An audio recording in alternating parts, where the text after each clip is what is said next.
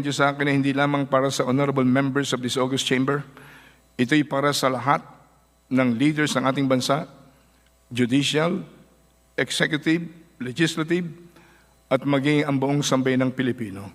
Sumunod lang po ang lahat sa maikling panalangin ito. Lord Jesus, I believe you. You died on the cross of Calvary because of my sins.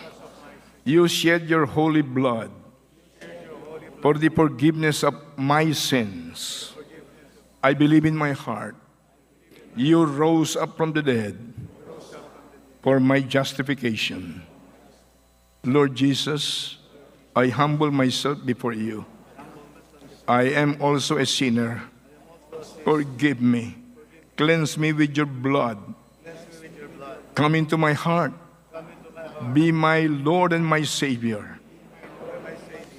Help me to live this life, beginning today, according to your perfect will.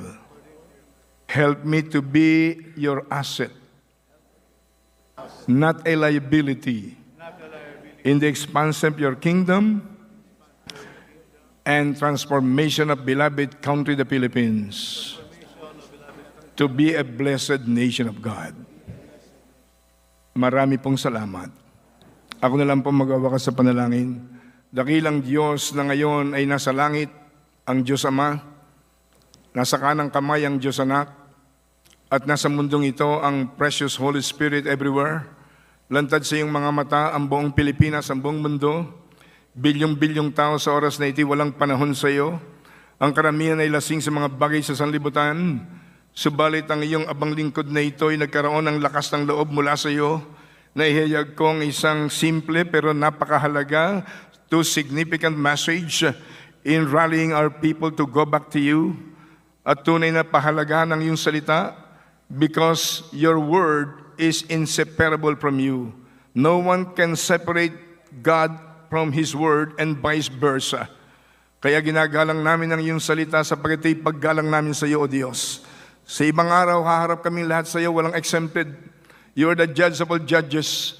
Sa judgment seat of Christ, nananampalataya akong lahat kami papasok sa eternal life, sa eternity. Sapagkat sa araw na ito, pinapasok namin ang bugtong mong anak na si Kristo Jesus sa aming puso. Tinanggap ka namin bilang tunay na tagapagligtas, Savior and Lord of our life. At ikaw may sabi, Panginoon, sino man ang lumalapit sa iyo sa anumang paraan na hindi mo itataboy.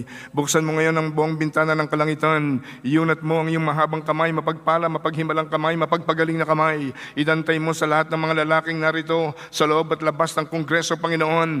Maging ang mga kababayan namin na around 110 million Filipinos in the entire nation. Abutin mo sila ng iyong kapangyarihan. Maging ang mga OFWs, mga kababayan namin na scattered all over the world. You are not limited by distance, space, and even time, Lord. Reach out for them, lay your hands upon them, and release unto them the surging resurrection power of Jesus. The same Spirit that raised up Jesus from the dead. Quicken their spirit, quicken their heart, quicken their soul, quicken their mind, quicken their mortal body, Lord. Even their finances, quicken them, Lord, and make them whole.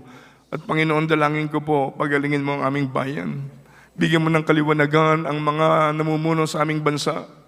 Sino man sila, ano man ang kanilang political parties, Lord, kalimutan nila ang mga personal vested interest kung meron man, Panginoon. Maghari po'y pagmamahal sa Diyos at sa bayan. Tulungan mo kami, Panginoong, maging instrumento mo in advancing peace that passeth all understanding. Iligtas mo ang aming bansa sa threat ng tsunami of political, economic, business, and social conditions, Lord. Lord, magkasundo ang lahat ng political leaders. Maghari ang pagmamahal sa Diyos at sa bayan.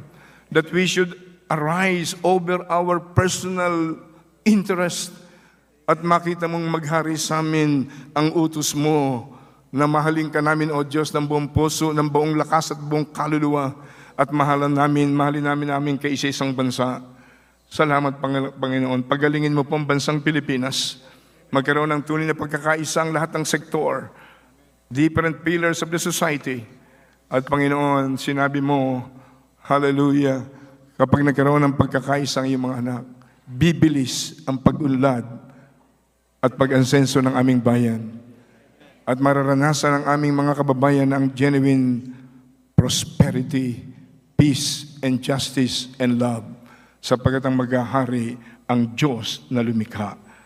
Salamat, Panginoon. Basbasan mo ang lahat ng namumuno sa aming bansa bilang pagsunod sa utos mo sa 1 Timothy chapter 2. Ipagdasal namin ang lahat ng tao, ipagdasal namin ang lahat ng pamunuan. Pinagdarasal namin, Panginoon, sa oras na ito ang aming Pangulong Ferdinand Bongbong Marcos Jr., ang Vice President Sara Duterte, ang Senate President na si Senator Migs Subiri, at ang lahat ng senador, ganun din ang Speaker of the House, aming ginagalang Speaker Martin Romualdez, at ang mga Deputy Speakers, lahat ng members ng House of Representatives at this point of time of history, amin pong itinataas sa iyo, Panginoon, at tulungan mo kaming lahat ay maging kasangkapan mo in effecting a no-nonsense government that is committed to pursue the so-called good governance that will accelerate the much-awaited development, progress, and eventually prosperity of our people.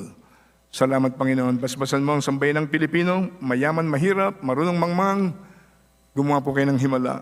Ang sambayan ng Pilipino maging dakilang lahi sa harap ng Diyos at ng kasaysayan. At bago maging huli ang lahat, makakilala kami sa iyo sa isang malalim na paraan, personal paraan, Bibliang paraan, at kaming lahat ay maging daluyan ng pagpapala sa maraming tao. Aking pinapahayag ng aking bibig, O Diyos, ang pag-ibig ng Diyos Ama na walang kapantay, ang pagpapala ng Diyos Anak na walang katapusan, ang matamis at matapat na pakikisama ng Banal na Espiritu ay sumaamin nawang lahat, lalo na sa aking ginagalang at minamahal na members ng House of Representatives 19 Congress. Ibuhos mo ang lahat ng heavenly blessings and even the benefits of Calvary.